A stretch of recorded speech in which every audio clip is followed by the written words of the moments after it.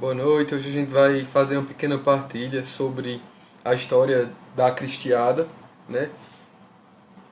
O professor Lira está chegando agora e a gente vai poder estar conversando junto sobre esse grande momento de fé, né? A gente vai estar retomando, a gente começou essa discussão na semana passada. Boa noite. Boa noite. Grande alegria poder estar contigo, meu amigo, novamente. A gente continuar Eu um pouco quero, discutindo eu sobre quero essa que tu vá essa temática. camisa para mim. Não, então hoje eu vim com a camisa do nosso pequeno José Sanches, né? Do nosso pequeno, inclusive a imagem, né, tão bela desse grande santo da nossa igreja. Olha, inclusive, Lira, estou com o seu livro em mãos, Ah, né? muito bem. Nunca foi tão fácil ganhar o céu, que é uma frase Essa, do próprio José essa, é, Sanches de Lira. essa é a imagem que eu ganhei lá em Roma. Eu tenho uma outra dele, mas está numa caixa de vidro, no oratório, aí não dá para tirar e trazer. Aqui, por exemplo, tem o Cristo Rei, Nossa Senhora de Guadalupe, e ele está aqui como segurando a bandeira, né? Porque ele era o porta-bandeira da tropa.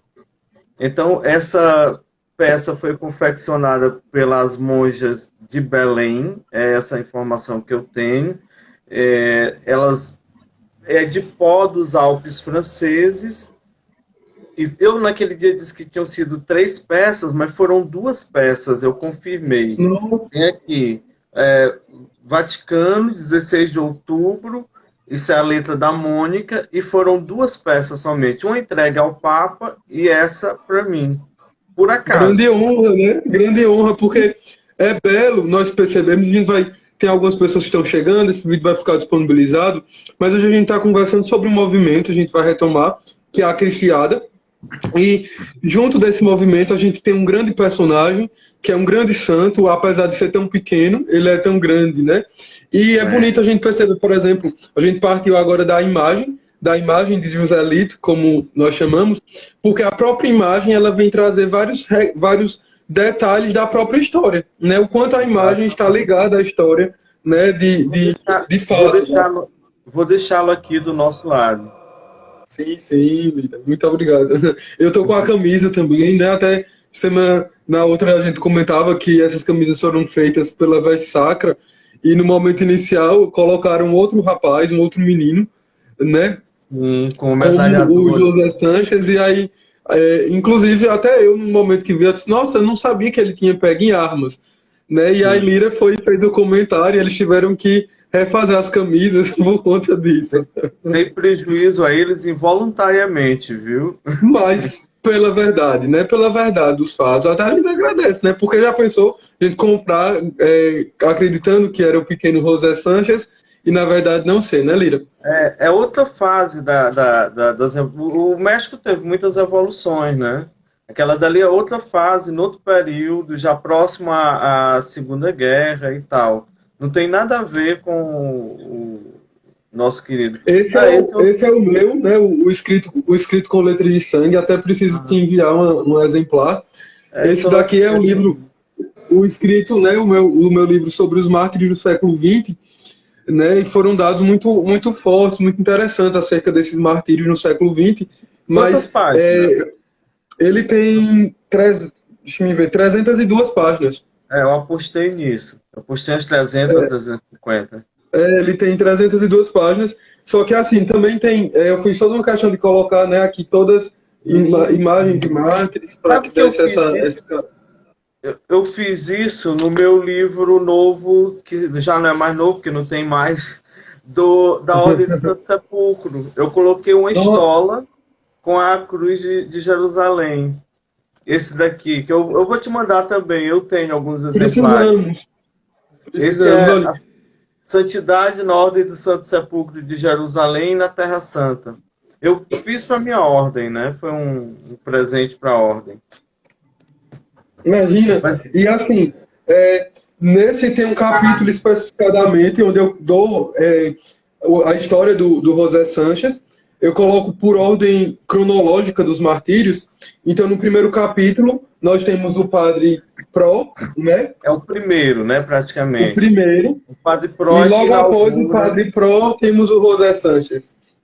E também tem É, as imagens, né? Entre o José e o Padre Pro tem o Anacleto Flores e outros mais, né? O Anacleto, nosso irmão advogado, né? Sabia que o Anacleto era Exato. advogado? Eu peguei um pequeno trecho de uma carta do Anacleto e consta no livro, né? Mas também fiz essa pequena, algumas Sim. imagens a gente foi colocando para dar essa vivacidade, Me né? mostra aí novamente essa foto do José, a foto do José, essa da primeira comunhão. Ó, baixa um pouquinho para as pessoas verem. Essa da primeira comunhão, eu encontrei outra imagem dele, que parece que essa daí foi feita a partir dessa outra. Eu vou te mandar depois, eu tenho Sim. digitalizada. Pronto, Enfim, mas então vamos eu vou lhe recapitulando. responder hoje.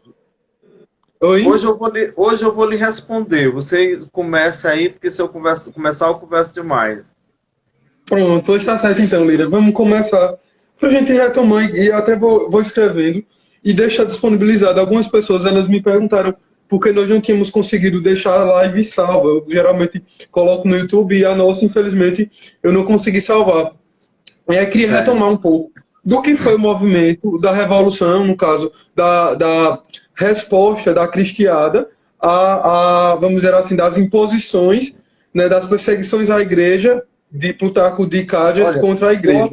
tem uma pessoa aí dizendo que eu acho que é você, padre. Seu rosto não está É aparecendo. meu apelido. Não, mas está aparecendo sim, não Ah, sei. só tá cortando um pouquinho aqui, mas está aparecendo. Sim? Sim, pode Então, começar. retomando um pouco do que foi essa revolução, no caso, essa resposta dos católicos às imposições de fechamento das igrejas, de perseguições religiosas, feitas por Plutarco de Cádiz, então presidente do México. Olha, a, como eu disse no início, tem que ressaltar essa questão.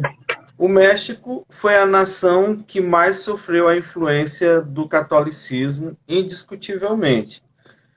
Quando o colonizador chegou no Brasil, por exemplo, eles já vinham com padres, já traziam a cruz, e nos dia 26, né, que é 4 dias depois da descoberta, já tinha a primeira missa aqui, e os indígenas aceitaram com certa facilidade, aceitaram o novo culto, o culto cristão. Já no México, não. No México era uma nação que tinha uma conscientização bem maior, um nível de formação bem maior. Eles tinham umas devoções muito fortes ao sol, à lua, com sacrifícios, pirâmides e tudo mais. Nesse contexto, em 1512, o San Juan Diego, o João Diego, é um indígena, é, recém-conquistado para o catolicismo, viu a aparição, recebeu a aparição de Nossa Senhora, a Virgencita, como eles chamavam, a minha rainha, que era Nossa Senhora de Guadalupe. Então, a partir daquele grande milagre, que até hoje a gente não consegue explicar, me lembro muito do Padre Quevedo, que quando eu era adolescente eu chamava Padre Quemedo, porque ele desmitificava tudo, ele não acreditava em aparição, não acreditava. Era um padre diferenciado, era um cientista padre. Mas Nossa Senhora de Guadalupe, ele era devoto, ele tinha na carteira dele uma estampa de Nossa Senhora de Guadalupe. Só para que as pessoas que não conhecem tenham uma ideia da dimensão do que foi Nossa Senhora de Guadalupe no México. E ela foi a grande evangelizadora do México. De modo que o catolicismo teve uma influência muito grande. E isso incomodava, de certo modo, alguns políticos, como o Plutarco Elias Cádiz, né, na boa pronúncia do espanhol, ele tinha essa vontade de desmembrar ou laicizar o Estado, mas de uma forma, sei lá, ele não queria laicizar, ele queria que tivesse Ele uma queria criar religião. uma igreja nacional, né? Rompendo com É, uma igreja, uma rompendo com o igreja, Vaticano. uma igreja que ele controlasse, como houve na Inglaterra. A Inglaterra, o Henrique VIII Henrique fundou VIII. a Igreja Anglicana. Então, ele tinha essa intenção. Só que no México as coisas funcionaram diferente. O povo não aceitou. E isso começa com a Constituição de 1917. A Constituição de 1917 já prevê essas sanções a quem seguiu o culto católico apostólico romano. Então eles criam a Igreja Nacional do México. Não foi uma igreja católica mexicana, não. Foi a Igreja Nacional do México. Claro, colocam um padre como líder, né? Não era papa, mas era o líder daquela igreja, era um sacerdote católico. E os católicos, hoje, nós vivemos essa situação de não termos missa pública, nós temos missas privadas, mas as missas privadas são permitidas. Naquela época, não podia haver missa, não podia haver nada. E foi um período terrível que o México passou sem tocar os sinos de suas igrejas e sem haver consagrações nas catedrais, nas paróquias, nas capelas. Um período muito ruim. Então, nesse contexto, surge o movimento dos cristãos contra esse movimento governista, propriamente dito. E o governo disse, aquele que descumprisse, por exemplo, se nós nos reuníssemos, nessa live que nós estamos aqui, a Polícia Federal já teria chegado e nos impedido e nós sairíamos presos. Claro que naquela época não havia esse dispositivo, mas se tivesse três, quatro pessoas reunidas com um terço na mão, por exemplo, elas já sairiam presas, porque não podia, era descumprir uma determinação do próprio governo local na época, local no México. Então, nesse contexto é que vem a insurreição contra esse movimento. Foi um movimento que começa em 17 e que eclode mesmo na década de 20, 1926 a 1929. Eu estava fazendo aqui, pensando, né, o quanto eu acho emblemático o ano de 1917. Né? Sim. É um ano extremamente emblemático e eu acredito que Deus, em seu amor e sua misericórdia, nos permite que a Virgem de Fátima venha, né, falar ao mundo nesse ano, em 1917, né? A primeira aparição de Fátima, né, em 1917, mas no ano de 1917 nós, inclusive, vemos esse sentido da aparição de Fátima, o quanto Nossa Senhora de Fátima tem um papel contra o comunismo, contra a ideia da ótica comunista que vitimizou, que martirizou milhões de cristãos, né? Milhões de cristãos. Sim. E nós podemos falar também que em 1917 a Constituição mexicana, a Revolução Russa de 1917. Então, lugares específicos, né? É um ano muito difícil para a humanidade, né? E Nossa Senhora aparece no momento que em Portugal tá a mesma coisa contra a igreja. Claro, guardadas as proporções. Mas há uma perseguição muito grande do governo Salazar contra a igreja e tal. Há um momento de confusão muito grande. Nossa Senhora aparece a 3 humildes crianças que não eram alfabetizadas ainda, inclusive a irmã Lúcia, que era mais velha, tinha 10 anos, mesmo assim elas não sabiam ler nem escrever.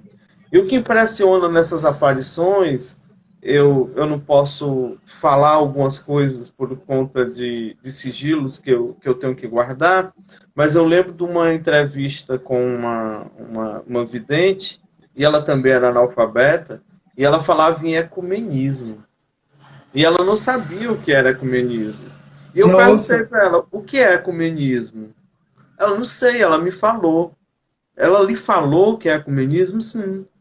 Pronto, essa aparição não prosperou, não teve, assim, uma conclusão, nada. Mas, mesmo assim, eu fiquei profundamente impressionado, e há muita semelhança com a aparição de Fátima, porque houve o fenômeno do sol também, houve uma série de questões, mas a aparição e começou e terminou do mesmo modo, não houve assim muito avanço nesse sentido. Mas eu vou guardar reserva, num dos meus livros eu falo desse assunto, mas é uma situação que a gente fica assim impactado, porque até para nós mesmos às vezes tem algumas expressões que são diferentes, que nós não sabemos. Como é que Bernadette ia dizer que uma mulher chega a ela e diz, eu sou a Imaculada Conceição? Não havia aquela... É certo que a medalha milagrosa, Nossa Senhora das Graças, já tinha acontecido na França, mas naquele tempo de Lourdes para Paris era uma coisa astronômica, a distância, as questões... Enfim, só mesmo para quem acredita em Deus e sabe, e por isso que a igreja é tão prudente, por isso que o Santo Padre, os santos padres todos, têm muita prudência ao falar sobre esses fenômenos, sobre essas revelações. Algumas são consideradas revelações para a igreja e para o mundo, outras pessoais, e assim vai. E a nossa igreja tem coisas que só ela mesma tem. Não adianta as outras imitarem, que não conseguem. Não é desrespeito ao ecumenismo, nós não temos nada contra, tanto o Wagner quanto eu somos ecumênicos, aceitamos e frequentamos o nosso culto católico apostólico romano, mas respeitamos os outros cultos também. O importante é que se cultue a Deus, nosso Senhor, a Deus, que é a Trindade, o Pai, o Filho e o Espírito Santo. Se for outro culto, aí sim a gente não gosta muito, não. Na verdade, a gente respeita como a pluralidade, mas não temos a necessidade de participar, né? Lira, e quando a gente fala, por exemplo, de José Sanches, dentro desse movimento, né, existiram vários embargos, né? Existiram vários embargos da parte de Plutarco de Cádiz, do governo federal mexicano, aos católicos. Por exemplo, as igrejas foram proibidas de celebrar missa. Hoje nós estamos vivendo isso com as nossas igrejas fechadas, sem a possibilidade de estarmos tendo a prática no templo, né, as nossas práticas religiosas. No entanto, no México, nós vemos uma perseguição que fechou igrejas, destruiu imagens sacras, vários sacrários vilipendiados, ultrajados, igrejas feitas de celeiro, vamos dizer assim, colocaram animais, né, dentro de igrejas. A própria igreja de Sauaio, né, onde José foi preso.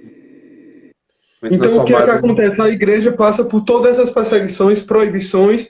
Os católicos, primeiramente, eles fazem um embargo, fazem um protesto, na verdade, econômico, embargo econômico, né? Deixam de comprar, e isso impactou as economias do México. Todos os católicos pararam de consumir, e como se existia um grande número de católicos, o México é muito fortemente católico, se percebe essa identidade católica. Eu falava outro dia com o padre Fábio, ele me dizia que o México é mais guadalupano do que propriamente católico, se nós pudéssemos desvencilhar, porque algumas pessoas não se dizem católicas, mas se dizem devotos de Guadalupe, né? Onde você já esteve no México? Não, não. Onde você chega no México, você vê uma imagem de Nossa Senhora de Guadalupe. Onde você chega? Onde? Não adianta você dizer assim, eu vou passar no centro da cidade e vou comprar um calçado. Tem uma imagem de Nossa Senhora de Guadalupe lá. Vou comprar uma roupa, tem uma imagem de Nossa Senhora de Guadalupe. As santerias, né, como nós chamamos, as lojas de santo. Então, nas vilas, no meio das ruas, nas casas. Eu fui hóspede de um padre lá do Frei Refúgio, que foi pároco aqui em Guaraciaba, e ele me convidou para ficar com a família dele. E na casa dele, o local de honra, a imagem de Nossa Senhora de Guadalupe. Eu fui na casa de uma tia dele, a mesma coisa. Eu participei da vida do México em 10 dias, eu participei de inúmeras coisas lá, inclusive de um velório. E fui para o velório, uma coisa que me espantou, e eu fiquei com vontade de pegar a imagem. A família chega com a coroa de flores. Ao invés de, como aqui no Brasil, habitualmente, nós mandamos as flores, uma floricultura, funerária, entrega no local. Lá não. Há um sentimento bem mais forte. Eles pegam a coroa, digamos, eles encomendam. Na entrada tem lá o nome da família. A família entra com a coroa e coloca lá. Aí no meio da coroa, uma imagem de Nossa Senhora de Guadalupe, uma imagem de resina mesmo. É uma coisa impressionante a presença dela. O país é dela. Ela é a rainha. Rainha do México, imperatriz da América, né? O Papa declarou. Então, Nossa Senhora de Guadalupe tem uma importância suma, e é nesse contexto, primeiro, a politicagem para destruir esse culto, a tentativa de destruição do culto, e a reação imediata dos católicos. Como você e eu dizíamos antes, hoje nós vivemos essa experiência do... Outro dia eu ouvi uma expressão que nunca se adequou melhor: jejum eucarístico. Nós vivemos um jejum eucarístico. Tem muita gente dizendo, o Arnaldo dizendo que está atrasado, mas chegou agora, mas nós não avisamos, né? A live foi surpresa. A tentativa foi essa mesmo. Alguns colegas aí cumprimentando, a gente agradece a todos, mas foi surpresa. Então, o México, nós vivemos essa realidade hoje de jejum eucarístico. Alguns conseguem comungar, conseguem ir a uma missa e tudo, mas é por conta de uma situação social, uma situação de saúde pública. Eu não critico, eu vejo às vezes alguns irmãos nossos assim mais arraigados que criticam. Eu rezo para isso ser contornado, mas eu não critico que as autoridades da igreja tomem essas atitudes porque é cuidado. E a igreja é mãe.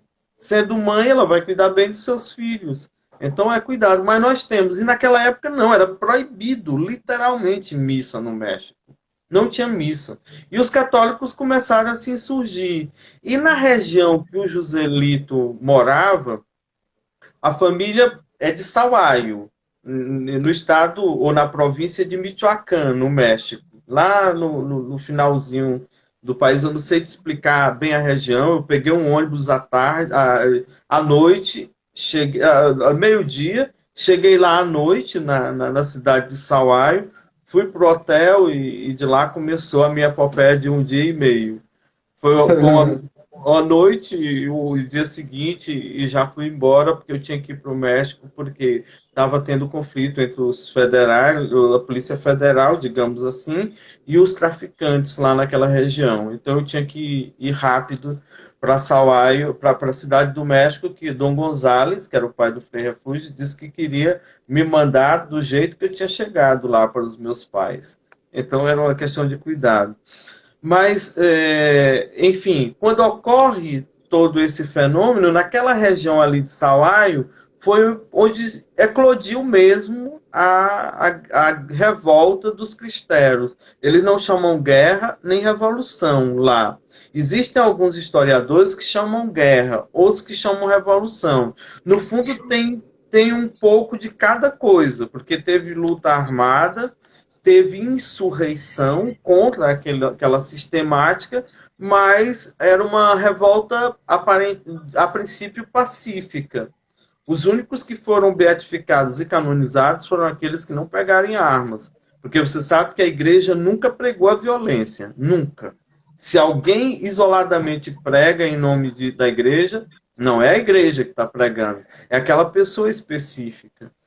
Então, vale salientar que na revolta, vamos dizer assim, porque é um sentimento legítimo nessa situação, até eu posso dizer de legítima defesa, porque muitos viram seus párocos sendo fuzilados, né? Eu trago o padre Pró, por exemplo, o Beato Agostinho Pró, que nós percebemos, por exemplo, um dado que eu acho, estudando um pouquinho sua história, né, que ele celebrou várias missas clandestinas e ele tinha várias fantasias. Né, tem disfarces. Disfarces, né? Um tanto, por exemplo, ele se veste de palhaço e celebra num circo, né, para poder despistar a Polícia Federal.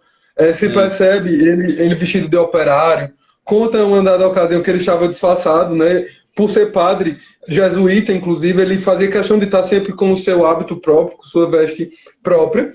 No entanto, ele se disfarçava com veste civil. Teve uma ocasião que o percebem, e aí ele vê uma paroquiana, e ele dá a mão a essa paroquiana para tentar despistar como se fosse um casal, né? Então, o padre Pró, ele fez diversas peripécias, eu costumo dizer, para poder celebrar a missa para as pessoas.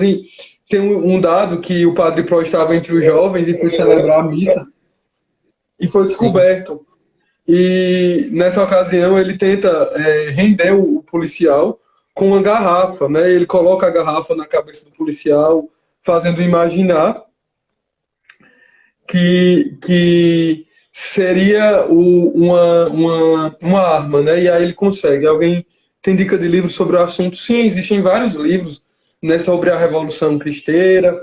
Né, existe o livro do Lira, que traz isso, também a história do José Sánchez del Rio, nosso santo. Também tem o meu livro, né, que eu fiz um pouco, o Escrito com Letra de Sangue, que não aborda somente o México, mas também a gente passa pela Espanha, pela Hungria, por vários outros locais, né, onde existiram perseguições, Você a passa pela, Polônia, a Alemanha, enfim, no você século passa, XX. você passa pela história da igreja, né? Por meio dos martírios. Porque não há Marte sem defesa da fé. Não há Marte sem sem sangue derramado. Eu, naquele nosso último encontro, eu falava do hino que eu encontrei do José, que é de um padre legionário de Cristo que mora nos Estados Unidos, e eu encontrei a música. Eu tenho uma música no meu celular. Eu fui para o México cantando essa música no coração. Cheguei no México cantando essa música, saí do México para Sahuaio e cheguei a Sahuaio cantando essa música intimamente. É do padre Alberto Guberlé, legionário de Cristo. Que ele diz: eu quero ir para as montanhas. Deixa eu pegar aqui a versão que eu já tenho em português. Eu quero ir para as montanhas, eu quero ir lutar, pois eu também quero morrer por Cristo. Eu quero meu sangue derramar. As igrejas foram profanadas e pisotearam ao Senhor. Já não é tempo de se esconder. Exatamente a realidade, né? Eles queriam sair e se rebelarem. Fazem falta soldados, faz falta coragem. Aí vem o trecho mais lindo. Coração cristero, disposto a lutar até o fim. Aí vem o título do livro. Agora o céu é tão fácil. Morrer para viver. Coração sem medo, de criança e de gigante na fé, que se deixa cair com este grito: Viva Cristo Rei. É um hino lindo, lindo, lindo, lindo, mexe com a gente. Eu me emocionava profundamente a cada instante que... E aqui no final ele usa palavras dos testemunhas, dos testemunhos do processo, eu ainda o vejo nos meus olhos, viva Cristo Rei. Eu ainda o ouço em meus ouvidos, viva Cristo Rei. Eu ainda o sinto no meu coração, viva Cristo Rei. Essa foi a realidade do José. Eles foram para Guadalajara, a família, porque era mais seguro, em voltar para Sahuaio e vai para Sahuaio, chega a Sahuaio, meu amigo Ivan aqui falando, chega a Sahuaio, se oferece para se integrar. Ele se integra, como ele era muito jovem, ele tinha 14 anos, ele não podia participar de luta armada, ele se torna o clarinetista, né, e o porta-bandeira da tropa. Ele sabia tocar, né, o clarim. Então, é o clarinetista e porta-bandeira. Há controvérsia quanto ao clarinetista, porque não há muito registro a esse respeito, mas há um registro histórico que diz que ele tocava assim. Enfim, depois, ele, como porta-bandeira, ele sai numa batalha, num cavalo, evidentemente, e o comandante da tropa tem o cavalo ceifado.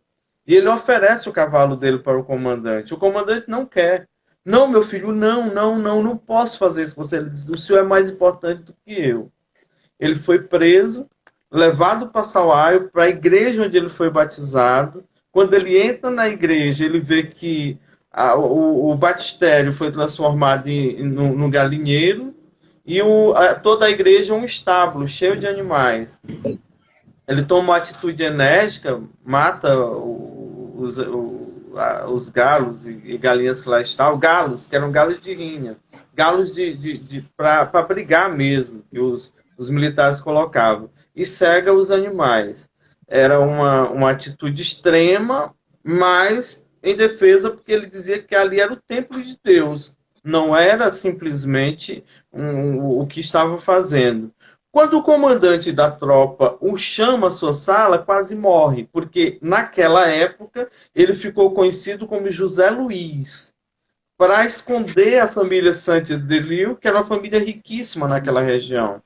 Então ele não queria que pagasse, ele pediu ao pai para não pagar resgate dele, porque se pagasse, era dinheiro a mais para o governo continuar com a guerra, com a revolta, ou com o massacre mesmo contra os cristãos católicos. E ele diz para o pai para fazer isso. Quando ele chega ao general, ao comandante, era o padrinho de primeira comunhão dele, porque lá no México, naquela época, tinha a tradição de, na primeira comunhão, uma pessoa escolhida pela pessoa que recebeu a primeira comunhão acompanhar até ao momento da primeira comunhão. Aí o general diz: meu filho, é você, eu conheço sua família, eu conheço você é meu afilhado. Renegue diante de mim, dessa tropa aí, que não acredita em nada disso, não precisa nem ser muito claro, que eu lhe mando para o colégio militar nos Estados Unidos e depois disso tudo você volta vivo. Aí a resposta foi a primeira vez, né? Viva Cristo Rei, viva a Virgem de Guadalupe, foi a resposta dele. Não negou em nenhum instante, resistiu, foi cobrado a tal a recompensa, como é que se chama? Me faltou a palavra agora. Foi cobrado o resgate dele. O resgate. O pai era rico, pagou, juntou o dinheiro, mandou. O cara recebeu e na mesma noite que recebeu, mandou matar o Joselito. Então, o Joselito no mexicano, Zezinho, né? Um modo carinhoso de chamar. Aliás, muita gente me chamava de Zezinho quando eu era pequeno. Agora, ainda continuo pequeno, né? Mas a idade... Olha, que ele vai ser preso dentro da própria igreja, né? Depois a gente vai entrar um pouquinho como foi essa experiência de chegar e conhecer dessa escolha de...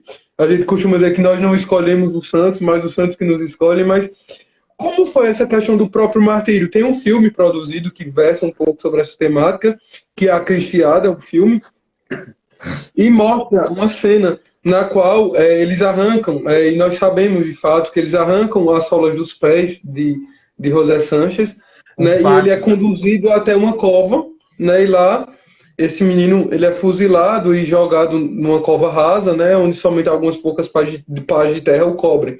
Mas você falava que existia uma questão de talvez não exatidão histórica, né, em relação a isso. O filme tem um pouco de... Até, digamos, 99,9% do filme é muito realista. Muito realista. Agora tem um trecho lá no finalzinho que, por exemplo, se mostra o fuzilamento do Joselito com o pai e a mãe do outro lado da cova. Isso não é verdade. Os pais dele não acompanharam. A única crítica que eu tenho ao filme é essa, mas o filme foi perfeito. Agora ali, o cineasta usou de licença poética para fazer aquilo. Uhum. Porque os pais não resistiriam, eles iriam para o embate também, eles teriam sido mortos. Qual é o pai que veria um filho ser morto assim pacificamente? E ficar numa situação de passividade, né? No México não existe isso. No México não existe isso. Eles são aguerridos mesmo. Então, isso não é fiel na realidade. Eu queria só responder ao Ivan, meu colega advogado, tio do meu amigo Moceni, meu confrade em Academia de Letras, que ele explicou aqui alguma coisa sobre a violência não armada e tal. Eu disse, Ivan, antes que você entrasse, que não houve apoio da igreja à violência armada. É tanto que só foram beatificados e canonizados aqueles que não tiveram participação com armas.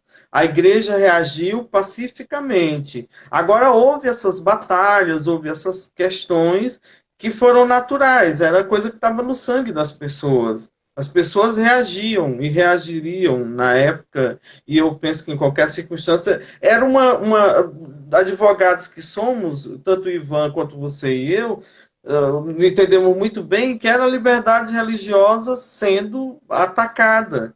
E era um direito básico. É tanto que meu primeiro projeto... essa liberdade religiosa não era somente o fato de liberdade religiosa, mas também entrava direito à vida, à integridade física. Sim, por quê? Porque muitos assistiam seus familiares serem mortos simplesmente pelos fatos de serem religiosos.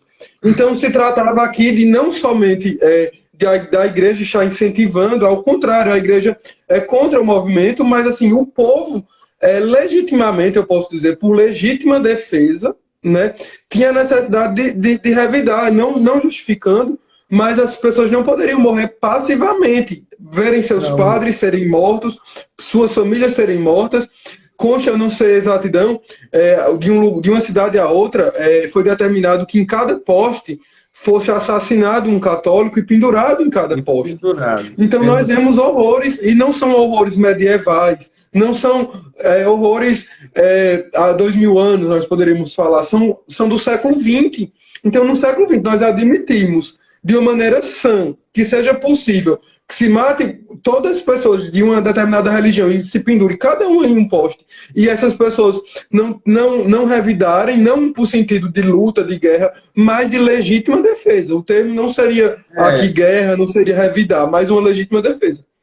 É a cristiada, né? Na realidade, não há a expressão guerra cristera ou revolução cristera nos livros de história mexicana.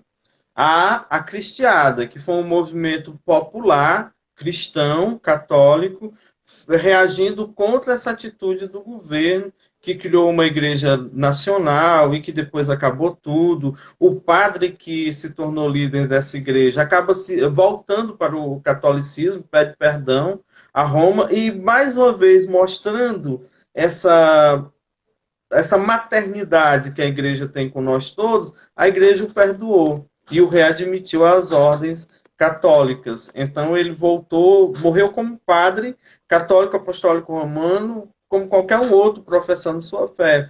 Foi um momento de fraqueza que qualquer pessoa pode ter e que depois se corrigiu, e enfim. Vamos lá, Wagner, vai perguntando. Não, é bonito, assim, a gente deixar claro que a igreja não incentiva uma guerra, não é essa a perspectiva, mas que é um povo que está vitimizado, sofrendo, e que legitimamente vai de encontro. Tem a guerra Espanhola, né? Tem os vários mártires do período da Revolução Espanhola. Ainda hoje, em vários locais, nós vemos mártires. De vez em quando a gente tem notícia de mártires lá pelo lado da China, pelo lado da África. E em todos os lugares a gente vê mártires em todos os tempos. Há mártires em defesa puramente da liberdade de expressão religiosa, e há mártires também em defesa de princípios católicos. Como, por exemplo, nossa queridíssima amiga, essas nossas amizades, o Wagner e eu vi o Antônio entrar aqui também, o Antônio Neto, que agora já é nosso colega advogado, lá dos grupos de relíquia. Nós chamamos os santos de nossos amigos, e eles nos conhecem e nos veem, e nós temos uma ideia do que eles foram. Por exemplo, Maria Goretti, ela é mártir. Por quê? Em defesa de um preceito católico, em defesa da fé, mas num ponto específico. A Albertina Berquebron, aqui brasileira, a Benigna Cardoso, cearense, que eu não sei se será beatificada esse ano, em face dessa questão da pandemia. Deve ser só no próximo ano, quando tiver solucionado essa questão, tiver uma vacina, uma coisa assim, é que deve ocorrer a beatificação. Mas defenderam preceitos católicos e foram assassinadas por isso. No caso específico delas três, elas defenderam a castidade e foram mortas pelos seus algozes porque eles queriam praticar algo que elas não aceitavam e que era contra a fé delas. E assim vai o modo de martírio. Eu trouxe, Lira, assim, um fato, até fiz questão de constar, que me causou uma certa perplexidade quando li. Um estudo, né, que consta no livro do Daniel Hopes, de História da Igreja, né, acho que num dos últimos tombos. E o livro apresenta um dado que, quando eu disse, não, eu acho que deve... E fui procurar outras fontes, né, e fui vendo em vários livros de História da Igreja, um dado que me causou uma certa perplexidade, a palavra é essa, que oficialmente a Igreja tem, desde o evento pascal, né, desde a fundação da Igreja, comprovadamente 70 milhões de mártires. Nós não estamos... Nós não estamos falando de 70 mil, mas de 70 milhões. E desses É, 70 milhões de mártires que a igreja oficialmente os reconhece, né, alguns inominados, a gente não teria o nome, mas sabe o martírio, data, né, sabe-se o local, região, e tem os dados oficiais, mas 45 milhões, a gente percebe, são 45 milhões somente no século XX. E quando uhum. eu disse, não tem como entender que o século XX ele produza 45 milhões de mártires, diferentemente dos outros 19 séculos anteriores, que produziram 25 milhões de mártires. Agora, Anderson, nesse período, no início do cristianismo, tem muito mártir não contabilizado. O martírio foi uma coisa assim assustadora no início do cristianismo. Em Roma, então, onde a gente se vira, você sabe, vi até uma foto sua hoje, nem sabia que você tinha ido à canonização da Santa Maria de Estive na canonização de Emily de Villeneuve, nossa, a Miraculada Petrolinense, que também é a Ah, Emily, né? não sabia, não sabia. É Pois bem, A Miraculada é petrolinense e o nome da Miraculada é Emily, então também o mesmo nome da santa, né? Então foi muito interessante, ela recebeu uma carga elétrica e perdeu sinais vitais, né? Então, na ocasião já não tinha mais sinais vitais de nenhuma forma, então encontrou uma freira que estava lá com o santinho da Beata, então Beata Emily de Villeneuve, da congregação por ela fundada, nessa irmã, e ela estava lá rezando com a Emily e com a família da Emily, e a menina ela volta a apresentar sinais vitais. E está esses vivendo milagres, assim. esses milagres são inexplicáveis. O do Joselito, que possibilitou a canonização, foi uma criança que estava lá disposta, a família chamou o padre Agostinho, o padre Guti, que eu chamo, que lá era da paróquia de Sauaio, era o encarregado da causa de beatificação e canonização do José lá. Ele chamaram para ele dar não era extremoção porque era uma criança, né? Mas para ele dar uma bênção e até extremoção mesmo que é possível. Ela já era batizada. Então foram lá para, antes de desligar os equipamentos, disseram que ele podia conversar com ela, com a família, ficar com a família, e ele pediu permissão ao médico para colocar uma relíquia do José. Você conhece a relíquia? Eu tenho uma aqui. Ela é um acrílico com a medalha do José e com o fragmento de ossos dele. E ele pediu permissão para colocar a relíquia na cabeça da menina. Aí os médicos disseram, não tem nada demais, pode colocar. Ele colocou, fez a oração, aí os médicos disseram, bem, agora nós vamos desligar. Quando desligaram, a menina piscou o olho, olhou para a mãe dela, riu, e eles ficaram espantados, que era para a menina ter morrido. A realidade era essa, era para ter, desligou, havia a morte decretada. E eles deram os laudos todos e o milagre foi aceito como desse modo. E como José era menino, criança, naquele tempo uma pessoa de 14 anos até 15 anos era considerada criança. E a Miraculada é criança, você precisava ver no santuário dele a quantidade de brinquedos que tem lá, como ex-votos. E no túmulo dele, no cemitério, embora ele não estando mais lá, ele foi exumado, foi levado para a igreja, lá no túmulo dele tem bolas, tem carrinhos, tem manta, porque tem uma estátua dele deitado, então as pessoas põem manta em cima da estátua. É uma coisa muito interessante. Eu acho que para nós, para quem já esteve no Juazeiro do Padre Cícero, por exemplo, é difícil encontrar uma devoção tão forte. Mas, por exemplo, esse ano passado, final do ano, eu tive na beatificação do Padre Donizete, em Tambaú. Fiquei tão encantado quanto. É uma devoção diferente da do Romero, porque é uma devoção mais diferenciada em todos os aspectos, mas a devoção tão forte quanto a do Padre Cícero. E a do Joselito é assim. Onde você chega no México, na cidade de Sauaio, na cidade de Morelia, onde está a sede da diocese, você vê, além da imagem de Nossa Senhora de Guadalupe, você vê a dele.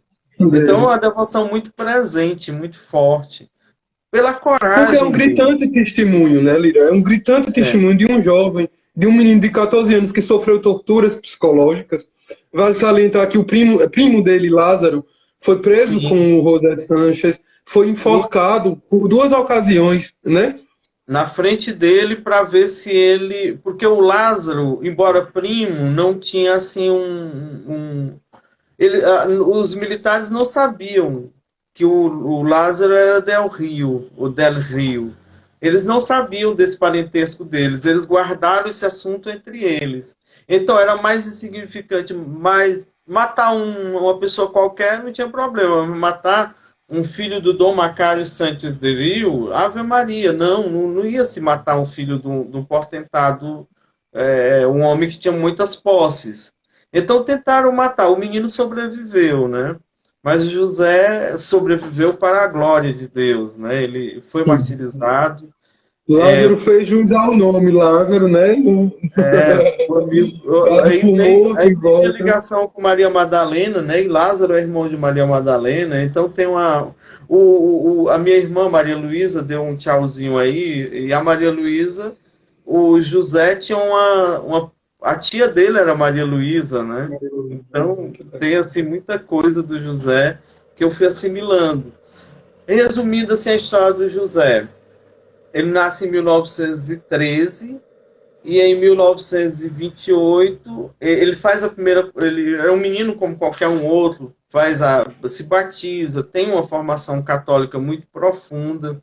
Lá no filme consta que ele teria se despedido do padre da paróquia dele, da paróquia de Sauaio, que teria sido assassinado, martirizado, mas não há dados que revelem isso, porque o José era criança, e não era uma criança naquele tempo, era uma criança que vivia em casa. Ele não era uma criança que vivesse na rua, como é o hábito de muitas crianças, que hoje são muito mais livres do que naquela época. Naquela época, não, a rédea era curta, os pais controlavam muito. Então, o José fez a primeira comunhão e se tornou acólito. Na paróquia de Sauaio, a paróquia de Santiago Apóstolo, que é a primeira paróquia, tem a paróquia do Coração de Jesus, tem hoje até uma paróquia do José, e tem várias paróquias dentro da cidade. Sauaio é uma cidade grande, tem faculdades, tem uma aguardente de lá. Enfim, eu tive a oportunidade de dar uma volta na cidade toda e sentir a cidade. É tanto que eu cheguei, o meu espanhol era muito capenga na época, e eu cheguei para uma pessoa e a pessoa disse assim: Você fala inglês e nós não entendemos inglês. Eu falando português, né? Tentando falar um portunhol. Mas enfim, Sauá é uma cidade grande.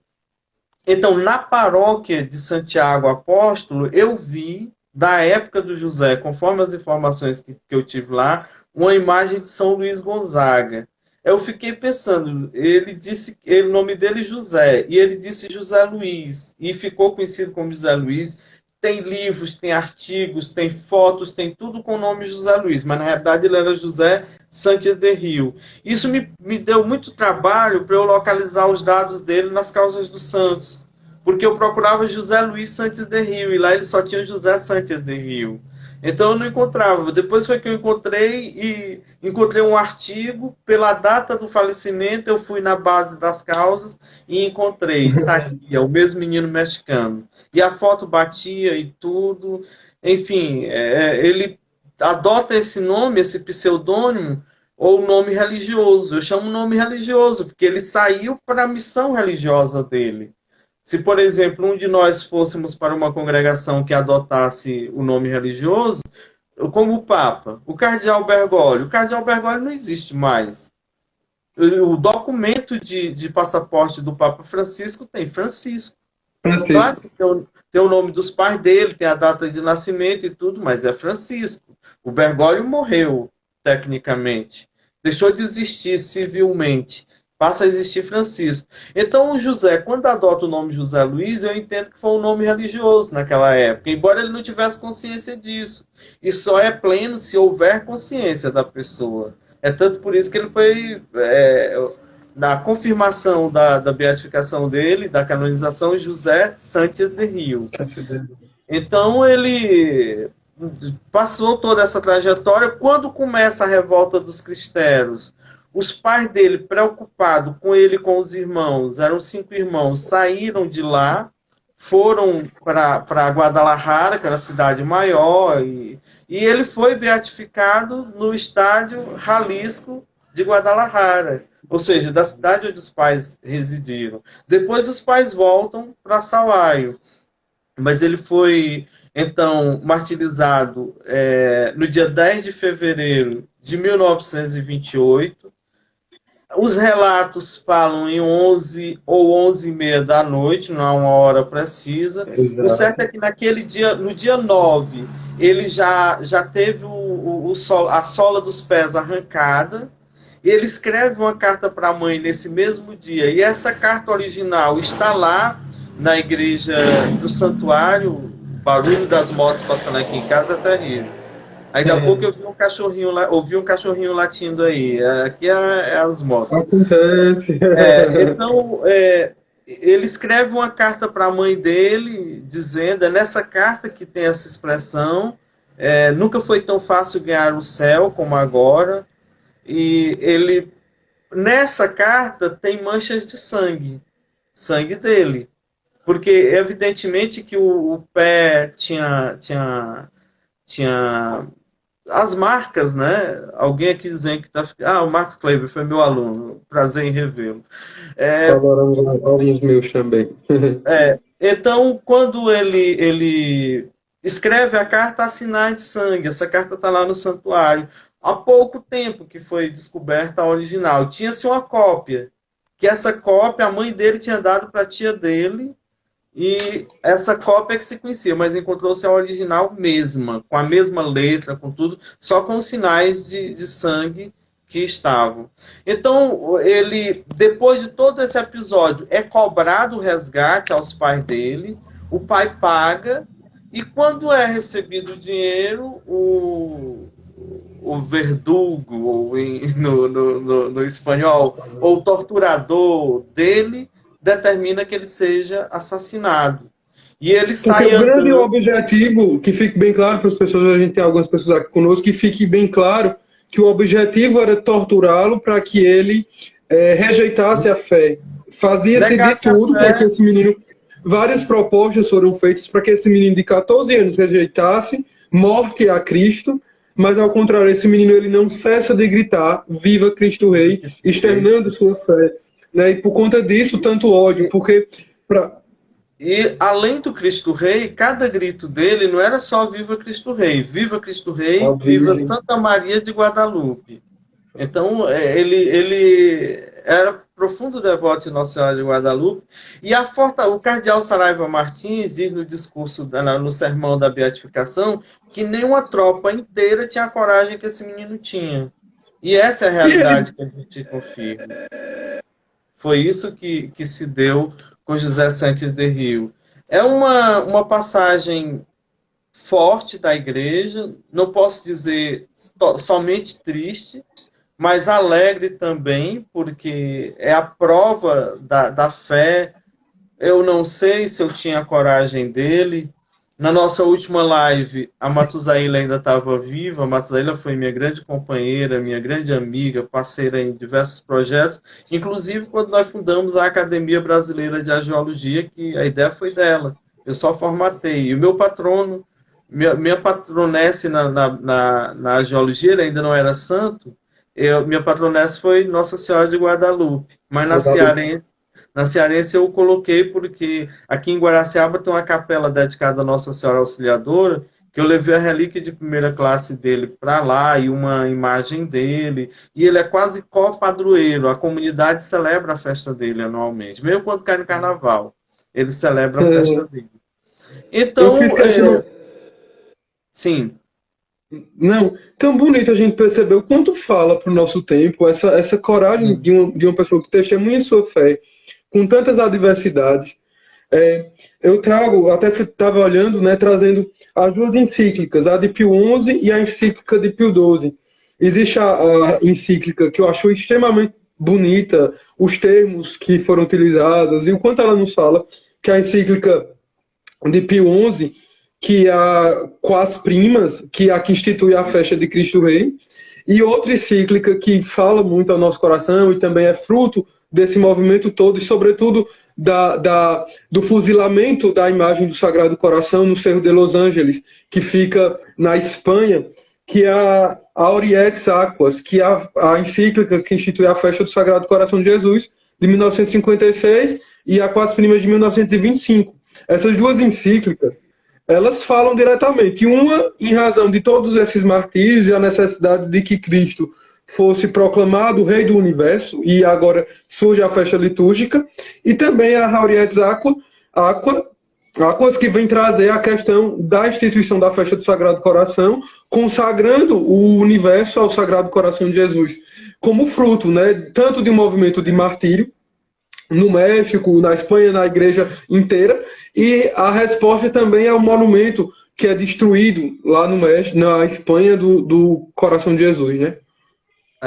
É o professor Sérgio Rosa, grande professor meu. Eu aprendi literatura com ele, viu, o Wagner? Nossa, que O professor honra. Sérgio Rosa está entrando aí, esse cara é fera em literatura. Ainda é professor na ativa. Eu vou dizer que tenho só 20 anos, né, para não dizer que o professor Sérgio tem mais de 40. Ele foi meu professor no Farias Brito, na época de cursinho. Pois bem, então, para fazer concluir essa síntese da vida do José, ele é preso, depois que acontece esse problema com os animais, ele é torturado psicologicamente, vê o enforcamento do primo e tudo mais, o primo sobrevive, e com a ajuda dele e tal. Depois de preso, ele passa por essa grande problema, essa grande tormenta, que é a sola de seus pés serem tiradas, e para completar, ele encaminha um trecho de uns 4 ou 5 quilômetros de lá da igreja de Santiago Apóstolo até o cemitério. Ele recebeu vários golpes de baioneta. A baioneta, como eu expliquei, mas nunca é demais, porque às vezes as pessoas não entendem bem, é uma arma fora do mercado, digamos assim. Lá no Museu do José, que eu administro, nós temos várias.